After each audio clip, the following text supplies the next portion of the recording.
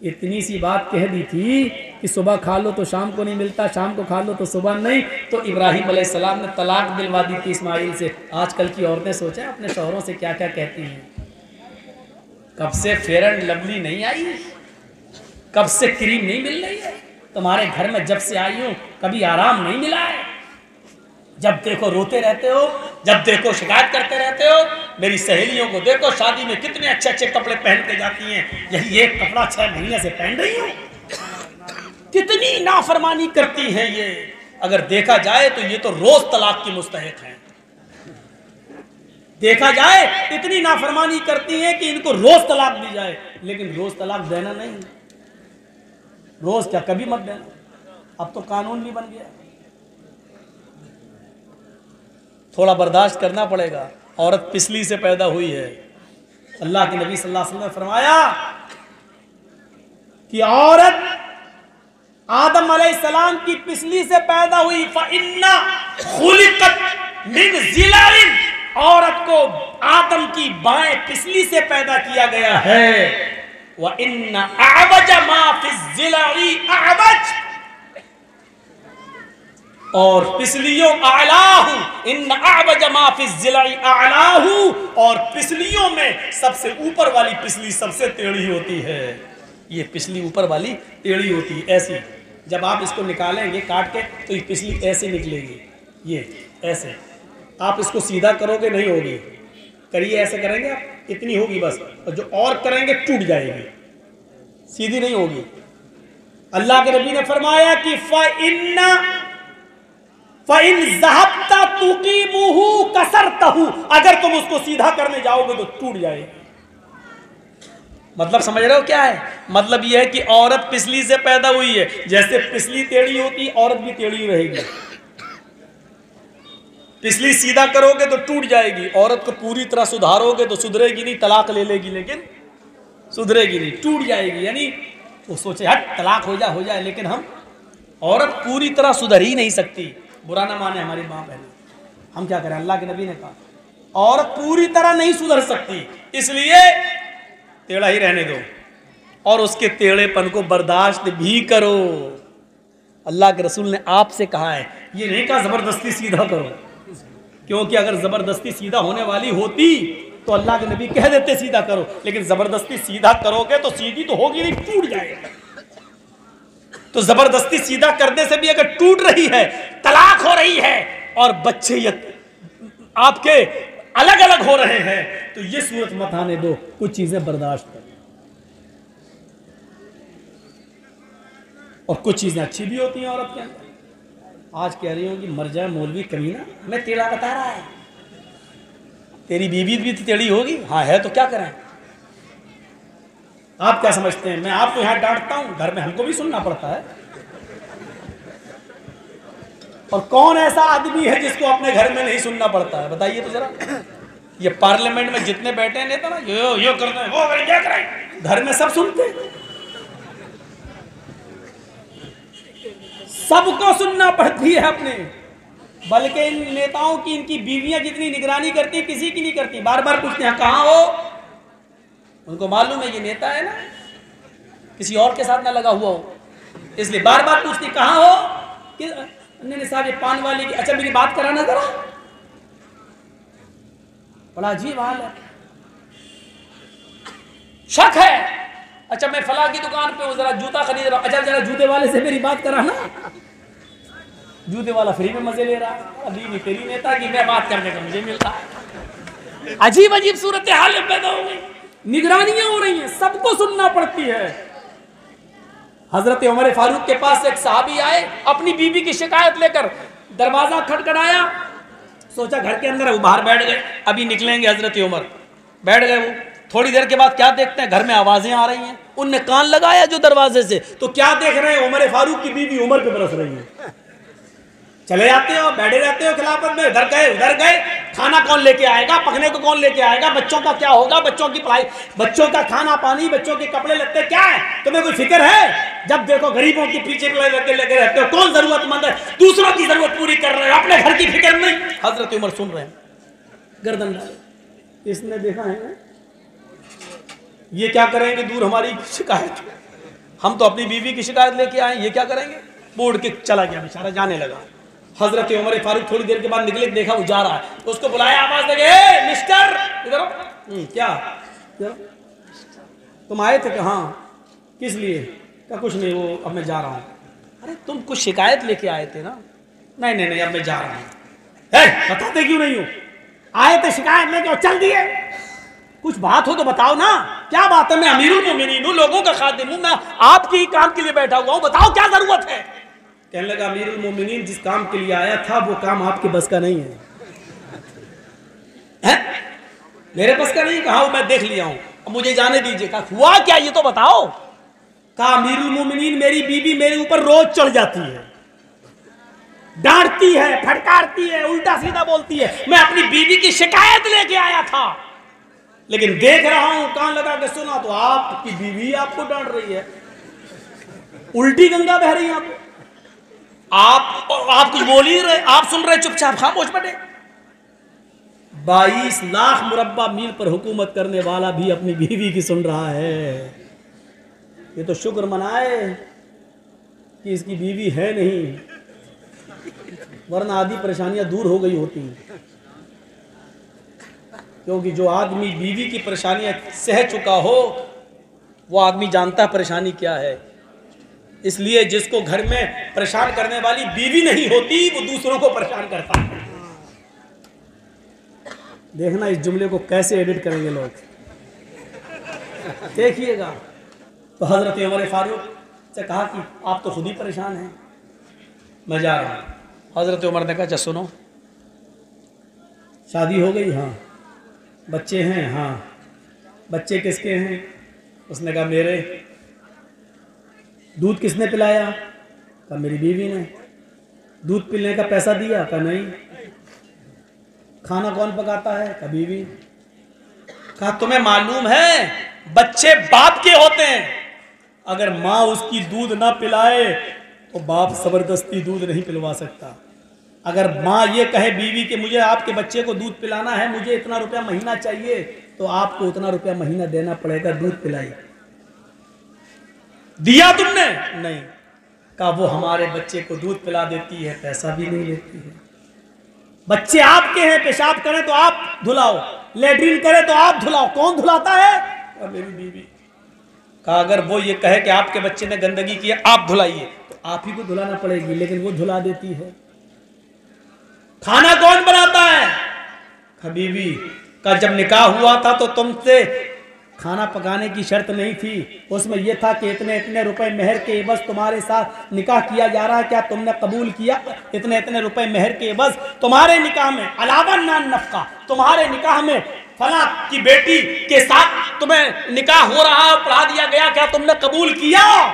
अलावा नान नफका, 5,000 रुपए मेहर, 10,000 रुपए मेहर, अलावा नान नफका, 2 तोले सोना, अलावा नान नफका। ये होता है 4,000 रुपया, 2,000 रुपया मेहर, सिक्का रायजुल वक्त, अलावा नान नफका। ये लिखा जाता है रजिस्टर पर। अलावा नान नफका का मतलब जानते हो? अलावा यानी 5,000 रुपए ये तो नकद आपको देना पड़ेगा बीवी को जो मेहर है, अलावा नान नफका। अलावा नान नफके का मतलब रोटी और कपड़ा और खर्चा, कपड़ा, खर्चा, दवा, ये सब आपकी जिम्मेदारी है। खाना आपकी जिम्मेदारी है। अगर आपकी बीवी खाना नहीं बनाती है तो आप जबरदस्ती नहीं बनवा सकते हो, कल खाना पका नहीं। वो कह सकती है नहीं हम नहीं पकाएंगे, जाओ क्या कर लो। कहने लगा अमीरुल मोमिनीन खाना पकाना बीवी की जिम्मेदारी नहीं है? कहा नहीं। बच्चे अच्छे धुलाना बीवी? ठीक है ठीक है, हमको बता दिया यही ठीक है, कहीं मेरी बीवी को मत बता देना, हम जाके सुन लेंगे थोड़ी बहुत बातें। अगर ये बता दिए तो सर पे चढ़ जाएगी, कल से खाना भी हमें बनाना पड़ेगा, पेशाब पैखाना भी हमें धोना पड़ेगा। हजरत उमर ने कहा कि जब वो सब कुछ कर देती है तो थोड़ी सुन लिया करो, जाओ थोड़ी सुन लिया करो, इतना भी नहीं सुन सकते हो? कहा नहीं सुन लूंगा, थोड़ी नहीं, अब तो जितनी सुनाएगी उतनी सुन लिया करूंगा। ठीक है आपने मुझे बता दिया, अगर खाना पकाने से तो बेहतर है, पेशाब पैखाना धोने से तो बेहतर है, सुन लूं, सुनने में क्या जा रहा। ऐसा ही होना चाहिए। अल्लाह के रसूल किस तरीके से अपनी बीवी के साथ रहे। नाराज हो गई अम्मा आयशा। एक बार अल्लाह के रसूल के पास खजूर आया तो अकेले नहीं खा रहे हैं, आयशा नाराज हैं, पहल खुद कर दी, आयशा लो खाओ। अब वो गुस्से में थी, नहीं खाऊंगी, भूख नहीं है, चेहरा फेर लिया। अल्लाह के रसूल उधर से आए, इधर आ गए। आयशा चलो गुस्सा थूको, लो खाओ। नहीं, उन्होंने चेहरा इधर किया तो अल्लाह के रसूल उठ के इधर आ गए। हम लोग होते और नाराज होती हमारी बीवी तो क्या होता? सही बताना। जर्जी साहब ने कहा लो खाओ, अब वो गुस्से में कहते हाँ मैं नहीं खाना, तो हम थोड़ी उधर आएंगे। जैसे चेहरा अगर घुमाया वो पकड़ गए, खा रही के लिए खा रही, नखरे मत दिखा जाता, एक तो मना रहा हूं तुझे, चल खा ले। हमारा रहन सहन ये है। अल्लाह के रसूल वहां जाते हैं, आयशा मोहब्बत का अंदाज देखो। आयशा लो, कायनात का इमाम अपनी बीवी को मना रहा है, और बीवी को मनाने से कोई छोटा नहीं हो जाता। याद रखो, जो लोग ये समझते हैं कि बीवी को मनाने से हमारी शान घट जाएगी, लोग जोरों के गुलाम कहेंगे, उनका रांची के पागल खाने में उनका इलाज करो। जो बीवी को मनाने में ये समझता है कि मेरी शान घट जाएगी, तो माफ करना, तू और शान और शौकत में तू शाहजहां नहीं है, औरंगजेब नहीं है। कायनात का इमाम बीवी को मना रहा है, अल्लाह का प्यारा नबी बीवी को मना रहा है, और अल्लाह के बाद जिसका मकाम और मर्तबा सबसे बड़ा हो वो अपनी बीवी को मना रहा है। लो खाओ आयशा, गुस्सा थूको। उन्होंने फिर इधर चेहरा कर लिया, मैंने कहा ना कि मुझे भूख नहीं लग रही है, फिर चेहरा इधर आ गए। अब गले में हाथ डाल लिया, सर पे। आयशा नहीं, चलो मुंह खोलो। अब आप ये भी नहीं कह रहे लो, अब आप क्या कह रहे, मुंह खोलो, चलो कुली बिस्मिल्लाह, चलो अल्लाह का नाम लेकर खाओ। हजरत आयशा भी जानती थी कि ज्यादा नहीं कहलवाना चाहिए, एक दो बार हो गया, 3 बार से ज्यादा होना भी नहीं चाहिए, तो वो भी अब मान गई, लेकिन तंज भरा जुमला फिर भी कह दिया, लोग चलो मुंह खोलो, कुली बिस्मिल्लाह, अल्लाह का नाम लेके खाओ। ऐसा लग रहा है जैसे इससे पहले मैं अपने बाप का नाम लेके खाती थी। खा लिया, हंसने लगी, दोनों मुस्कुरा दिए। शैतान इसी चीज से जलता है कि मियाँ बीवी में हमने आग लगाई और ये एकदम बन गए। शैतान को सबसे ज्यादा तकलीफ तब होती है। अब अल्लाह के रसूल कहते नहीं खा रही, मर भूखी, हट। तो क्या होता, वो उधर टेढ़ी तो है ही औरत जात, और हम और छोड़ देते तो तलाक पे नौबतें आ जाए। तो तलाक पे नौबतें नहीं आने दीजिए मेरे भाइयों, मनाओ। अल्लाह के रसूल अपनी बीवी के साथ जब चल रहे हो, कोई नहीं है, एक बाग, एक जंगल से गुजर हो रहा, बाग से हदीका, गार्डन से, तो अल्लाह के रसूल ने, हजरत आयशा ने कहा अल्लाह के नबी चलो जरा दौड़ते हैं, कौन आगे निकल जाए। अल्लाह के नबी दौड़े, हजरत आयशा दौड़ी, दोनों दौड़े, आयशा आगे निकल गई, अल्लाह के नबी पीछे रह गए। हजरत आयशा कहती हैं आयशा, अल्लाह के नबी आप तो हार गए, मैं जीत गई, मैं कामयाब हो गई, मैं जीत गई। आपने कहा जी कोई बात नहीं, आप जानते हैं बीवी जीती तब भी मेरी खुशी, मैं जीतता तब भी मेरी खुशी, लेकिन बीवी जीत गई, उसकी खुशी हो रही तो होने दे। 3-4 साल के बाद फिर उसी रास्ते से गुजर हो रहा है। अल्लाह के नबी ने कहा आयशा कुछ याद आया? हाँ आया, जहां हम लोग 4 साल पहले दौड़े थे। हाँ, हजरत आयशा कहती चलिए फिर दौड़ लगाते हैं, देखें कौन आगे निकल जाए। फिर दौड़े, अब अल्लाह के नबी आगे निकल गए, आयशा पीछे रह गई। औरत को खुशी होती है तो गुस्सा भी बहुत जल्दी आता है, ये फितरत है औरत। अल्लाह के नबी ने कहा क्या हुआ? कुछ नहीं। अच्छा वो पीछे रह गई इसलिए?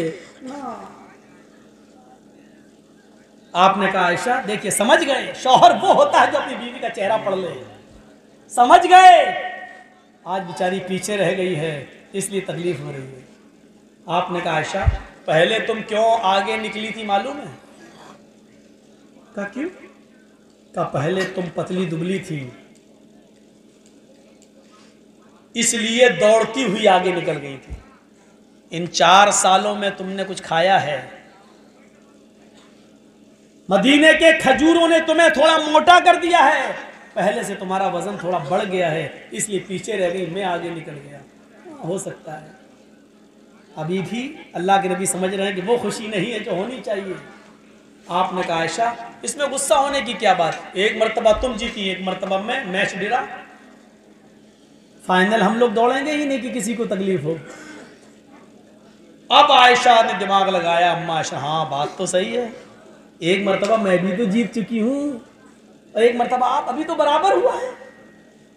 तब तो शौहर नब्ज समझता है बीवी किस बात से खुश होती है। आपने कभी नब्ज समझने की कोशिश की? नब्ज पढ़िए, पहचानिए, हर चीज औरत मुंह से नहीं कहती है।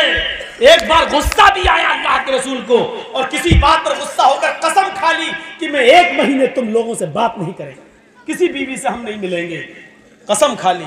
1 महीने कसम पूरा करने के लिए आप ऊपर चले जाते, नमाज पढ़ के आए और छज्जा था वहां लकड़ी का तख्त, उसी पे चले जाते थे, किसी से नहीं बात करते थे। 29 दिन हो गए, मगरिब की नमाज पढ़ के आए, कहा आयशा सलाम अलैकुम, लाओ खाना वाना लाओ, क्या बनाया है। हजरत आयशा खाना लेके आई, लेकिन 29 दिन के बाद फिर तंज मार रही हैं। क्या कह रही हैं? अल्लाह के नबी जी आपने तो 1 महीने की कसम खाई थी, आज तो 29 ही दिन हुए हैं, सब्र नहीं हुआ। ये औरत की फितरत है, वो कुछ ना कुछ कहेगी, और मर्द की फितरत ये होनी चाहिए कि उसको अपनी औरत की सुनना चाहिए। देखिए हम कितनी अच्छी बात बता रहे हैं आपको, यहां से सीखिए। अल्लाह के नबी से क्या कहा हजरत आयशा ने, आज तो 29 ही दिन हुए हैं, मगरिब के बाद आ गए, खाना लाइए। आपने तो 1 महीने की कसम खाई थी कि मैं बात नहीं करूंगा, सब्र नहीं हुआ, 29वें दिन बोले। तो अल्लाह के रसूल ने ऐसा जवाब दिया, आयशा चुप हो गई। आपने कहा आयशा महीना 29 का भी तो होता है, और देखो चांद हो गया है, यानी महीना खत्म। मगरिब में हम चांद देखा गया, महीना 29 का भी होता है, और आज 29 का चांद हुआ है, यानी महीना खत्म। मैंने 1 महीने की कसम खाई थी, महीना पूरा हो गया। अच्छा चांद हो गया। हाँ, ये है मियाँ बीवी के दरमियान ताल्लुकात। मेरे भाइयों, इनको बिगड़ने मत दीजिए। लोग चाहेंगे, कोशिशें करेंगे बिगाड़ने की।